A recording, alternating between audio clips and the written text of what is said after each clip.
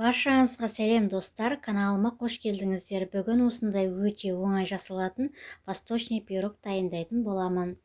Ең алдымен таза ыдысымызға бір жұмыртқаны жарып, оның үстіне қажетті мөлшердегі қантымызды салып, венчиктің көмегімен қант ерігенше араластырып аламын.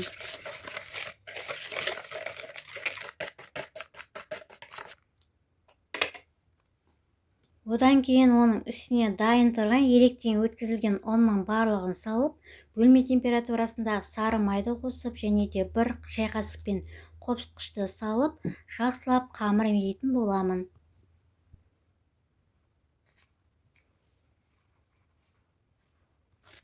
Мінекей видеода көріп тұрғандарыңыздай осындай жұмсақ қамыр шықты. Енді оны целлофанға салып, тоңазытқышқа 20-30 минутқа қоямын. Енді пирогтың салмасын дайындайтын боламын. Ол үшін бізге мейіз бен курага қажет. Мейіз бен кураганың барлығын жуып тазалап, және кураганы осылай ұсақ бөліктерге бөліп алдым. Сондай-ақ бізге грек жаңғағы қажет. Грек жаңғағын да жуып тазалап, кептіріп алдым. Оны да осылай ұсақ бөліктерге бөліп аламын.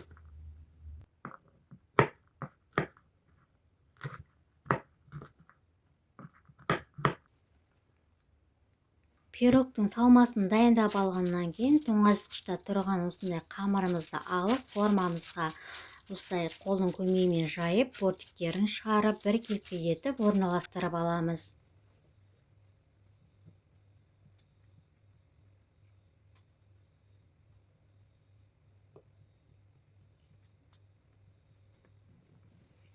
Одан кейін оның үстінен осылай дайын тұрған салмамыздың барлығын салып, араластырып аламыз.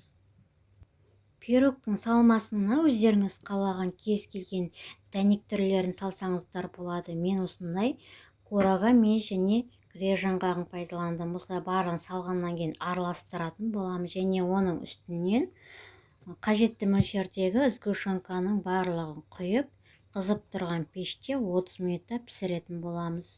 Мінекей видеода көріп тұрғандарыңыздай менде сгущенка өте қою болып шықты, яғни три желания сгущенкасын қолдандым.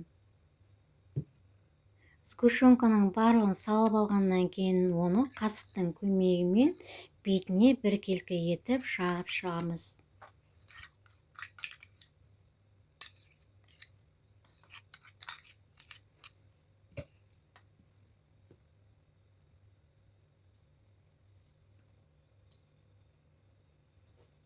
Пирогымыздың бортиктері әдемі біркелкі болып шығу үшін осылай шанышқымен тегістеп аламыз.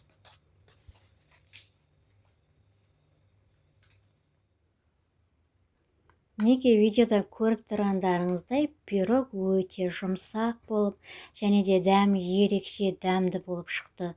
Сіздер де осы рецептпен жасап көріңіздер. Бір жасағаннан сәтті шығады, және де ұнап жатса достарыңызға бөлісіп, лайк басып, пікір жазып, және де каналыма тіркелуді ұмытпаңыздар. Баршаңызға ас болсын.